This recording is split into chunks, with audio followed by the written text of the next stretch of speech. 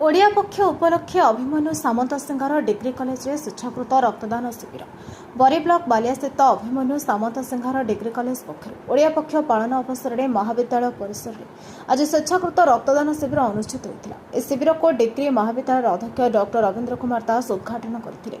ओडिया पक्ष कार्यक्रम संयोजिका ओडिया भाषा साहित्य विभाग अध्यापिका तथा सुधांशु बालास्वाई शिविर को परिचालना करते। ओडिशा रक्त केन्द्र जिला मुख्य चिकित्सालय जाजपुर पक्षर doctor Sabir Hussain Parthasarathi Puhan LT Shiva Sahu JMA Rishikesh Jena Naveen Chandra Sethi और बालिया स्वास्थ्य केन्द्र फार्मासिस्ट परेश कुमार मल्लिक योगदान कर महाविद्यालय छात्र छात्री द्वारा 36 यूनिट रक्त संग्रह करते।